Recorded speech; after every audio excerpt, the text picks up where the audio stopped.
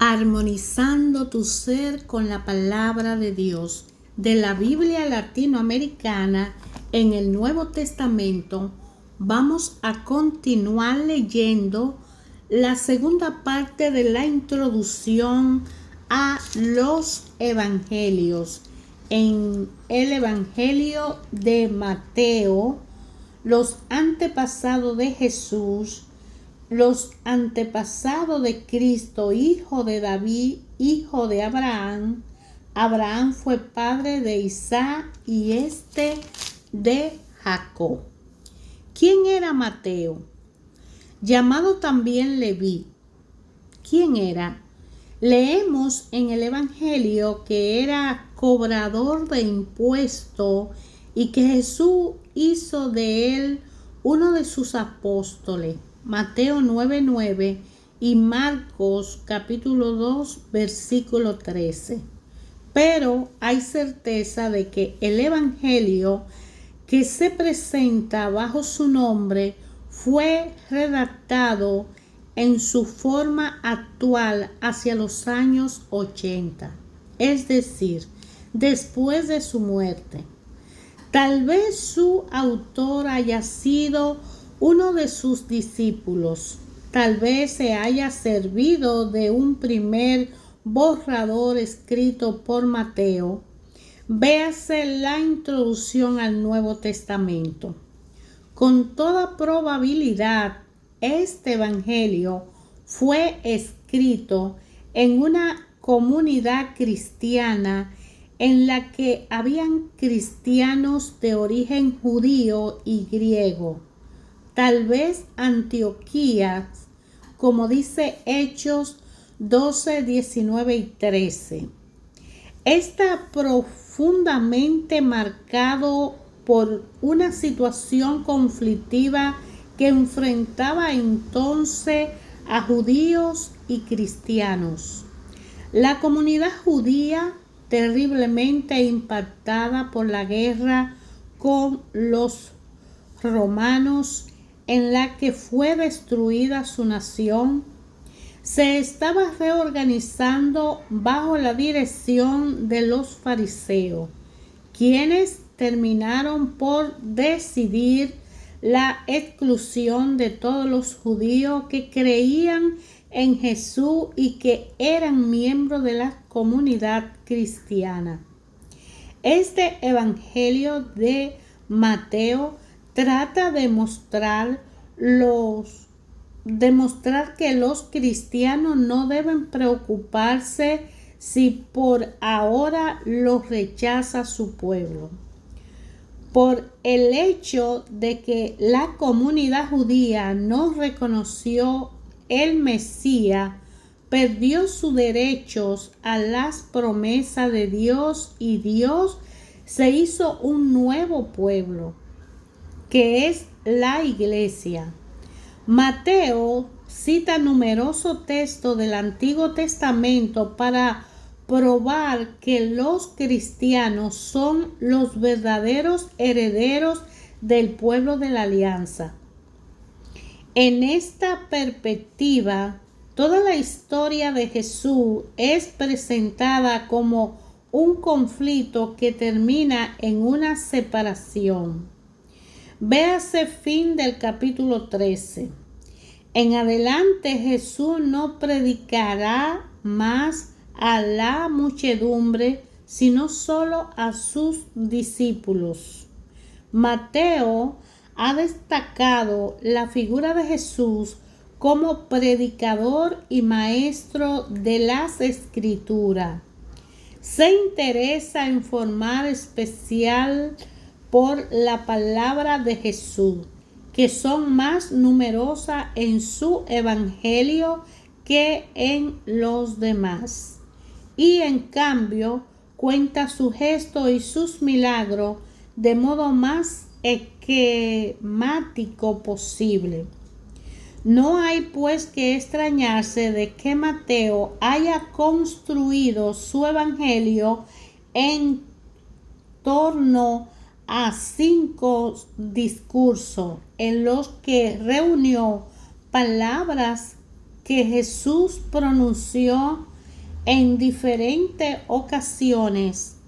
Estos discursos son el Sermón de la Montaña 5, 6 y 7, las introducciones a los misioneros 10, las parábolas del reino 13, las advertencias a la comunidad cristiana 18, cómo vivir a la espera del fin de los tiempos 23, 24 y 25. A manera de introducción, Mateo puso los 2 primeros capítulos sobre la infancia de Jesús. Son relatos de un carácter especial en los que se preocupaba muy poco de la historiosidad de los hechos, pues la intención es presentar a través de imágenes una enseñanza teológica. Muchos libros de la Biblia se esmeran en demostrar que los acontecimientos a los personajes de que hablan se arraigan en la historia anterior, pues toda la Biblia saca su fuerza de una continuidad de la historia y de la fidelidad de Dios a su promesa. Es el sentido de esta genealogía o lista de antepasados. Mateo prefiere decir, como los otros libros de la Biblia, libros de los orígenes. Esta lista contiene 42 nombres ordenados entre series de 14, cifra simbólica. No es una lista completa. Jesús es hijo de Abraham, padre de los creyentes, a quien Dios prometió que todas las naciones se reunirían en torno a su raza. Jesús es también hijo de David, como debió de ser el Salvador prometido a Israel. La primera serie de nombres están en Ruth, capítulo 14, 18. Los de la segunda, que son los reyes, hijos de David, son recordados en el libro de los reyes. La Biblia nos dice nada de los descendientes de Zorobabel, Esdras, capítulo 3 y 4. El versículo 16 precisa que José solo fue padre adoptivo de Jesús, pero esto era suficiente para que Jesús fuera considerado como José, hijo de David.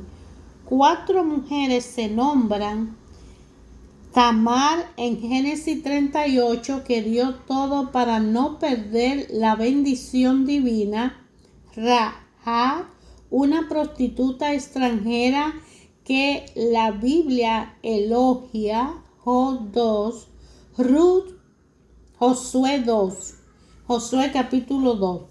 Ruth, otra extranjera de vida ejemplar. La viuda de Urías, la bella Betsabé, que compartió el pecado de David. Todo esto nos anuncia discretamente al que vino a salvar los pecadores y para abrir el reino de Israel a la muchedumbre venida de los demás pueblos. El Salvador es la flor y el fruto de nuestra tierra, así como de la raza elegida. Dios había educado pacientemente a su pueblo. La conciencia colectiva y la experiencia religiosa habían alcanzado una madurez suficiente para que la venida y la predicación de Jesús tomara su pleno sentido y tuviera valor para la humanidad de todos los tiempos. Jesús se arraiga en la humanidad al cabo de siglos de una historia marcada por el pecado y también por la esperanza. Entendamos que todos somos solidarios de Cristo por la sangre antes de serlo por la fe. La historia de nuestro tiempo, tanto como la vida de nuestras familias, prepara la segunda venida de Cristo. Otra genealogía de Jesús que encontramos en Lucas capítulo 3, versículo 23, destacará la solidaridad de Jesús con la raza humana entera. Ya se notó la precisión aportada por el versículo 16. Jesús no es hijo de José. El párrafo que ahora empieza quiere recordar que Jesús es a la vez el descendiente legítimo de David gracias a José y el Hijo de Dios concebido por obra del Espíritu Santo por una madre virgen.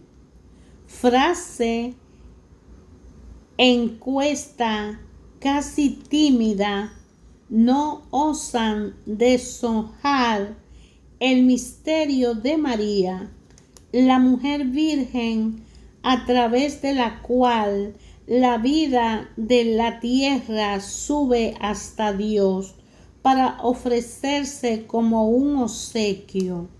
Un enviado atraviesa la noche y dialoga con palabras calladas, sugerencia de un mundo abierto a presencia activa de Dios. En cuanto a la virginidad de María, veas el capítulo 1, versículo 26 de Lucas. María estaba comprometida en el pueblo judío. Esta situación daba ya los derechos de la vida conyugal, solamente que la mujer seguía viviendo en casa de su padre y bajo su autoridad. La sociedad judía era tremendamente machista. Toda mujer debía pertenecer a un hombre, ya fuera su padre, su esposo o su hijo en caso de que fuera viuda. María ya es esposa de José, pero él no tiene autoridad sobre ella hasta que la reciba en su casa. Versículo 20 y 24. La virginidad de María iba contra toda la mentalidad judía que ponía en primer plano la fecundidad. Para José, sin embargo, aceptar esta situación no era cosa descabellada, pues en esa época, entre los judíos, algunos del partido de los esenios vivían el celibato como monjes. José pensó despedirla. El Evangelio no precisa por qué lo hacía, ni si María lo había puesto al corriente de lo sucedido. En todo caso, es difícil imaginar a José dudando de la fidelidad de María. Ni ella ni él eran de ese tipo de personas que pueden traicionar, y él lo sabía. En el Evangelio, la intervención del ángel no es para tranquilizar a José, sino para informarle de cuál es el papel que le corresponde en el plan de Dios. Le pondrás el nombre y lo llamará Jesús y lo recibirá como tu hijo. José era descendiente legítimo de David.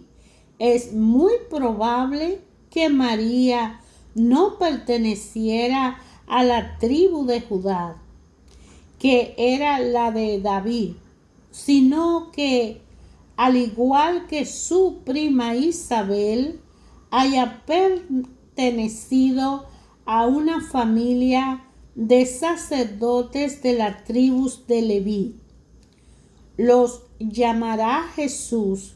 Jesús es la forma castellana de Jesúa, nombre que significa Salvador. Este era un nombre bastante común entre los judíos y ya lo llevaba aquel al que nombramos Josué. Ese nombre anticipaba lo que sería el niño. Mateo cita una profecía de Isaías, capítulo 7:14, que dice, para confirmar que Jesús es a la vez el descendiente de David y la presencia de Dios en la tierra. Emmanuel, Dios con nosotros.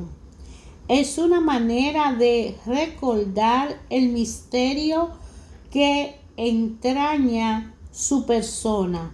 Jesús, que nace de María en el tiempo, es el propio Hijo único del Padre, nacido de Dios desde la eternidad.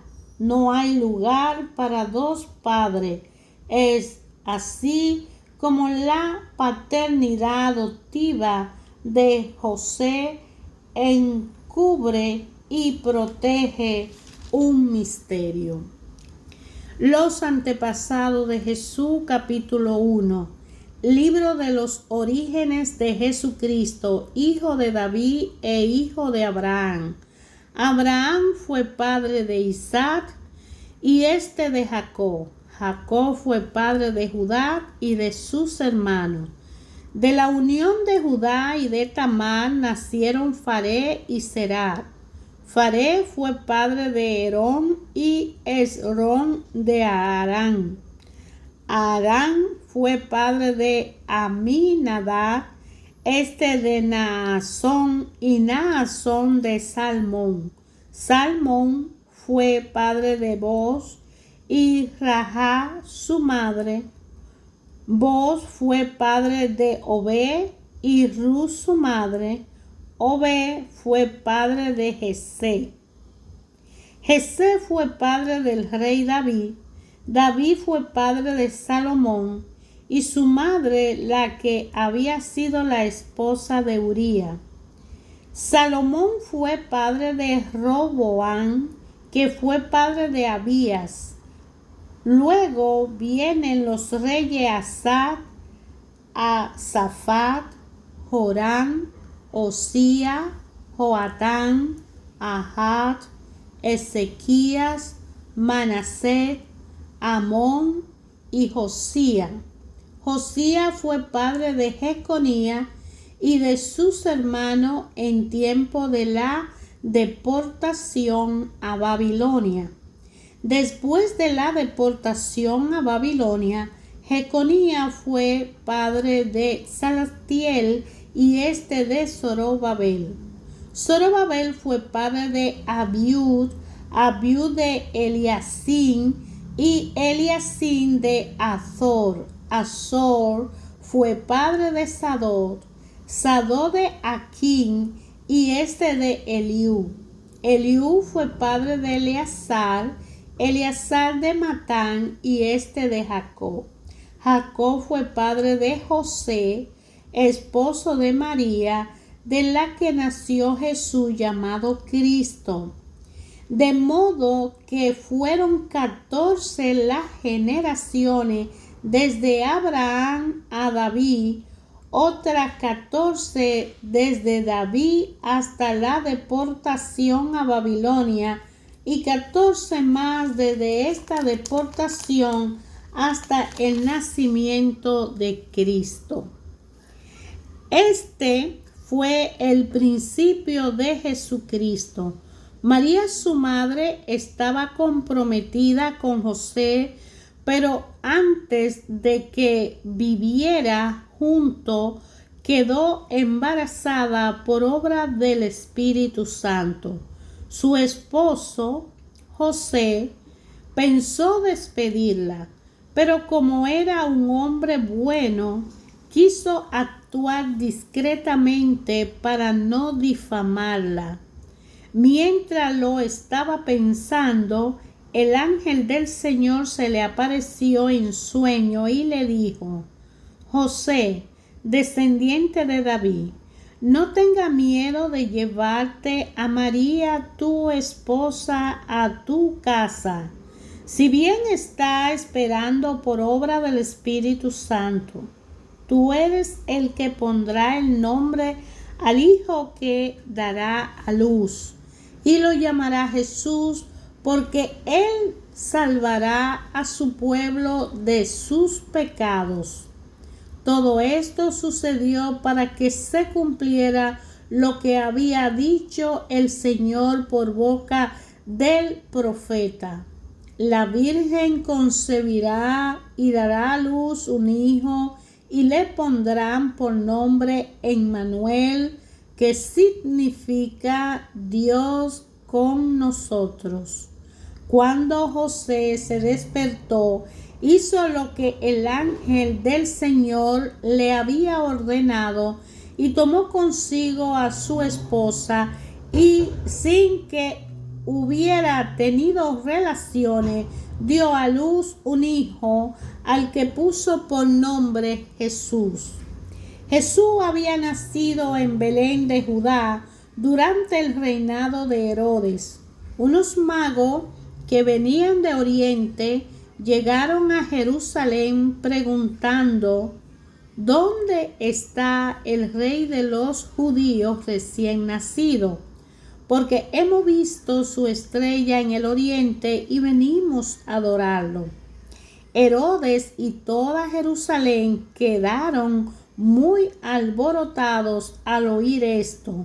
Reunió de inmediato a los sumos sacerdotes y a los que enseñaban la ley al pueblo, y le hizo precisar dónde tenía que nacer el Mesías.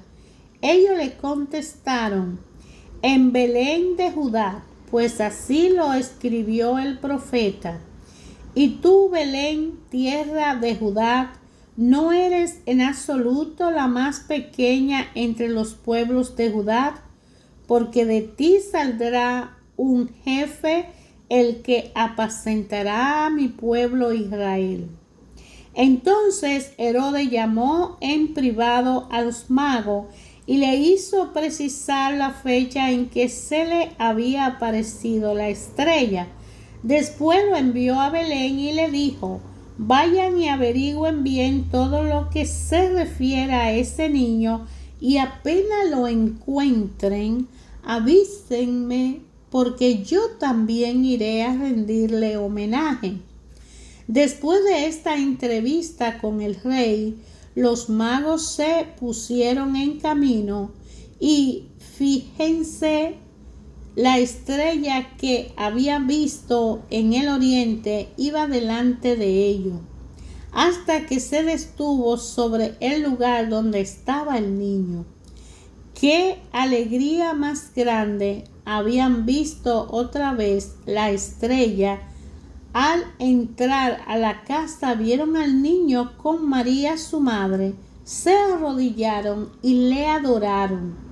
Abrieron después sus cofres y le ofrecieron sus regalos de oros, inciensos y mirra. Luego se le avisó en sueño que no volvieran donde Herodes, así que regresaron a su país por otro camino. Después de marchar los magos, el ángel del Señor se le apareció en sueño a José y le dijo: levántate, toma al niño y a su madre y huye a Egipto. Quédate allí hasta que yo te avise, porque Herodes busca al niño para matarlo. José se levantó aquella misma noche, tomó al niño y a su madre y partió hacia Egipto. Permaneció allí hasta la muerte de Herodes. Así se cumplió lo que había anunciado el Señor por boca del profeta: llamé de Egipto a mi hijo. Herodes se enojó muchísimo cuando se dio cuenta de que los magos lo habían engañado, y fijándose en la fecha que ellos le habían dicho, ordenó matar a todos los niños menores de 2 años que habían en Belén y sus alrededores. Así se cumplió lo que había anunciado el profeta Jeremías. En Ramá se oyeron gritos y grandes sollozos y lamento. Es Raquel que llora a su hijo, estos ya no están, y no quiere que la consuelen.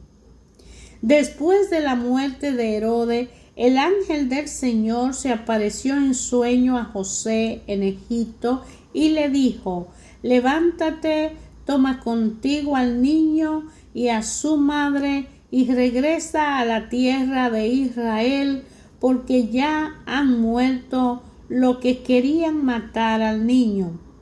José se levantó, tomó al niño y a su madre y volvieron a la tierra de Israel. Pero al enterarse de que Arquelao gobernaba a Judea en lugar de su padre Herodes, tuvo miedo de ir allá. Conforme a un aviso que recibió en sueños, se dirigió a la provincia de Galilea y se fue a vivir a un pueblo llamado Nazaret. Así había de cumplirse lo que dijeron los profetas: lo llamarán Nazareo. Hermanos, ayer, hoy, siempre, a través de su palabra, Dios Padre habla a su creación directamente, particular y únicamente a cada uno de nosotros, en nuestra vida, en nuestra existencia, a todo ser viviente.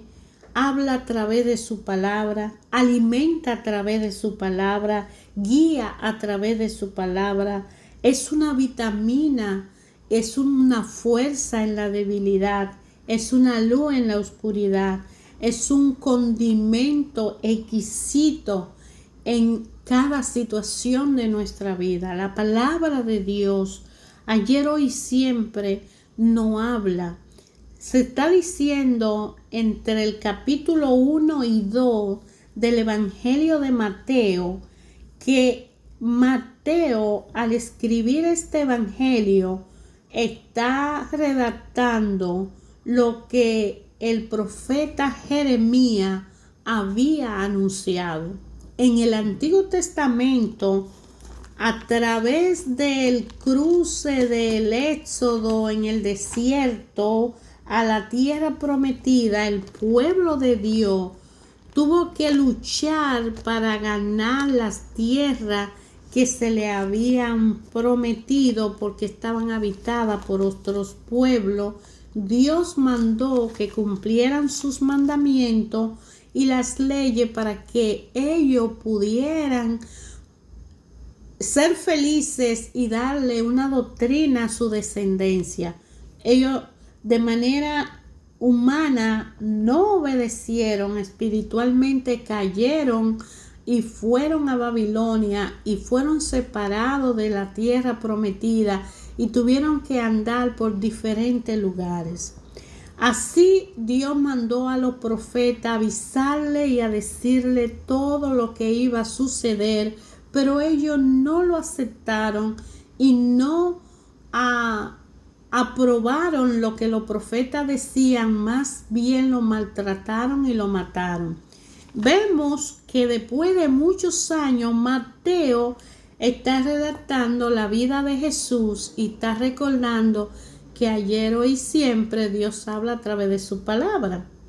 A usted, a mí, a nuestra vida, a nuestros hijos, a nuestra familia, Dios usa señales, prodigios, milagros, mucha manera para hablarle a su creación. Usted y yo y todos somos creación de un Dios que humanamente no se ve ni se percibe, pero que espiritualmente, por fe y en la fe, sí hay una relación con Jesucristo y el Espíritu Santo nos guía y nos acompaña, podemos recibir esa enseñanza. Hay que escudriñar las Escrituras, hay que orar, hay que animarse. Dios es un Dios verdadero, Él no es un Dios falso. Dios no se burla de sus hijos, Él cumple su promesa. Los científicos han querido dejar ver a un Dios que quizá no es el Dios que no quiere enseñar la Escritura. Desde un principio de Génesis, la Escritura nos está diciendo: eres parte de Dios, eres una chispa de Dios, todos somos un manto. El manto de Dios lo componemos todos nosotros, toda su creación. Por eso es que Cristo misericordiosamente nace, llamado a Emmanuel. Es Dios totalmente que nace. Nadie que haya sido formado por el Espíritu Santo es humano. Tomará un cuerpo humano, pero la misión es de salvar. Dios vino a través de Jesucristo en el Emmanuel a salvar a su pueblo, para que sepamos que no solo son los descendientes de Abraham, de Isaac y de Jacob los que van a tener una salvación y los que se van a llamar un pueblo elegido de Dios, sino que aquí Mateo nos deja ver que Jesucristo vino a salvar a los hijos de Dios, pero no necesariamente a los que nacieron por descendencia, porque el que no reciba a Jesucristo como su Señor y Salvador jamás podrá llamarse hijo de Dios. Dios constituye la iglesia en la unión del pueblo que acepta al Mesías, a Jesucristo, a su enviado, y se entrega a Él y es nueva criatura en Cristo Jesús. A través de la fuerza del Espíritu Santo mantiene una vida en Cristo, y eso hace una relación y conexión directa con el Padre, estudiando las Escrituras para conocer la historia, la cronología. Muchas veces estudiar la Biblia no necesariamente tiene que ser por un destino espiritual o religioso, por una religión. Estudiar la Biblia es enriquecerte con los conocimientos que Dios al principio de la creación escribió y mandó escribir, para que todo aquel que crea no se pierda, sino tenga vida eterna. Solo por la fe. Necesitamos alimentar la fe. Por la conciencia humana jamás percibiremos la grandeza de Jesucristo. La tercera persona, el Espíritu Santo, viene a ayudarnos, y la primera persona, que es Dios vivo, conecta directo con esa chispa que hay dentro de nosotros de su presencia. Y de ahí es que Cuando tú lees la palabra de Dios y la meditas, tú puedes sentir que Dios te habla dentro de tu interior y te ayuda a conectar de acuerdo a la vida que lleva con el plan y el propósito que Él tiene. Que la salvación es individual, la salvación es personal, la salvación y tu relación con Dios es tuya y para ti. Y todos los días de tu vida tiene un compromiso y una misión, cada uno de nosotros, con una relación personal, particular, independiente con Dios. Estamos supuestos a rendirle cuenta, estamos supuestos a obedecer sus leyes y sus mandamientos, estamos supuestos a ser personas justas, caminar en la justicia, y más que predicar es hacer la obra y hacer personas justas como Él quiere. Él quiere más que le obedezcan y que cumplan lo que Él quiere para darnos una mejor calidad de vida en el tiempo que nos ha tocado vivir en esta tierra, porque el día y la hora solo la sabe Él. De manera que Dios es bueno, los pensamientos buenos hacia nuestro prójimo, hacia nosotros mismos, nos conectan con Dios. Somos parte del manto viviente de Dios. Dios es un Padre misericordioso y compasivo. Él es Rey de reyes, Señor de señores. Él es el juez en el día del juicio. Dios es ilimitado. Dios hace salir el sol sobre los hombres buenos y los hombres malos. Por eso su misericordia es eterna.